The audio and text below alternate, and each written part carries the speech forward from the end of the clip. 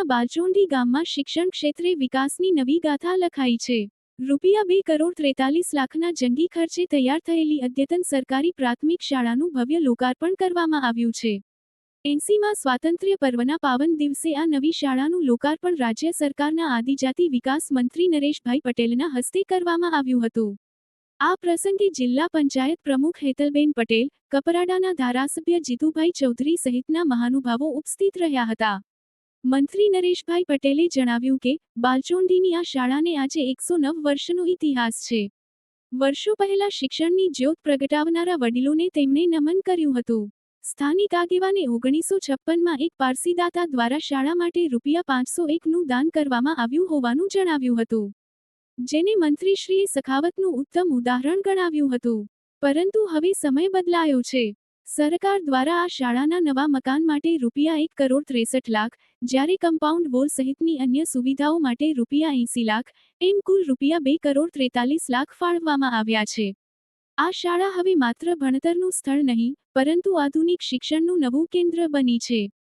બાલવાટિકાથી ધોરણ 8 સુધીના કુલ 265 વિદ્યાર્થીઓ હવે અદ્યતન સુવિધાઓ સાથે અભ્યાસ કરશે. શાળામાં 9 વર્ગખંડ ઉપરાંત કમ્પ્યુટર લેબ, સાયન્સ લેબ, રમતગમતનું મેદાન, મધ્યાહન ભોજન શેડ અને બાગ બગીચા જેવી સુવિધાઓ ઉપલબ્ધ કરાવવામાં આવી છે. શાળામાં પૂરતા 10 શિક્ષકો પણ ફરજ બજાવી રહ્યા છે. મંત્રી નરેશભાઈ પટેલે વધુમાં એક મહત્વની વાત કરી. તેમણે કહ્યું કે સરકારી શાળાઓમાં સુવિધાઓ વધતા ડ્રોપઆઉટ રેશિયો ઘટ્યો છે અને ખાનગી શાળામાંથી પણ મોટી સંખ્યામાં બાળકો ફરી સરકારી શાળામાં પરત આવી રહ્યા છે. અર્થાત સરકારી શાળા પ્રત્યે વાલીઓનો વિશ્વાસ ફરી મજબૂત બની રહ્યો છે. મંત્રીશ્રીએ વિદ્યાર્થીઓને પણ ખાસ સંદેશ આપ્યો કે મન લગાવીને ભણો, કોઈ આડા રસ્તે ન જશો અને ઉજ્જવળ કારકિર્દી બનાવશો. સાથે જ વાલીઓને પણ મહિનામાં ઓછામાં ઓછું એક વખત શાળાની મુલાકાત લઈ પોતાના બાળકના અભ્યાસ અંગે શિક્ષકો પાસેથી માહિતી મેળવવા અપીલ કરી હતી. શાળા મેનેજમેન્ટ કમિટીના સભ્યોને પણ વિદ્યાર્થીઓ અને શિક્ષકોની જરૂરિયાતો જાણી તેના ઉકેલ માટે પ્રયાસ કરવા સૂચન કરવામાં આવ્યું હતું.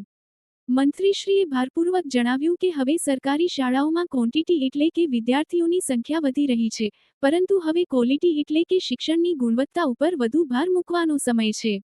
જિલ્લા પંચાયત પ્રમુખ હેતલબેન પટેલ અને કપરાડાના ધારાસભ્ય જીતુભાઈ ચૌધરીએ પણ પ્રાસંગિક પ્રવચન કરી વિદ્યાર્થીઓને શુભેચ્છા પાઠવી હતી. શાળાના આચાર્ય મિતેશભાઈ પટેલે જણાવ્યું કે હાલમાં બાલવાટિકાથી ધોરણ 8 સુધી 265 વિદ્યાર્થીઓ અભ્યાસ કરી રહ્યા છે અને આધુનિક સુવિધાઓનો સીધો લાભ વિદ્યાર્થીઓને મળશે.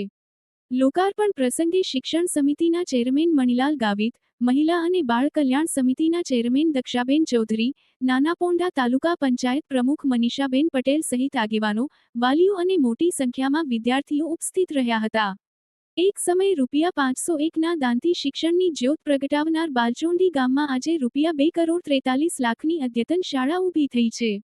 109 વર્ષ જૂની શિક્ષણની પરંપરાને હવે આધુનિક સુવિધાઓની નવી ઉડાન મળી છે. બાલચોંડીથી ગુજરાત વોઇસ ન્યૂઝ માટે રિપોર્ટ.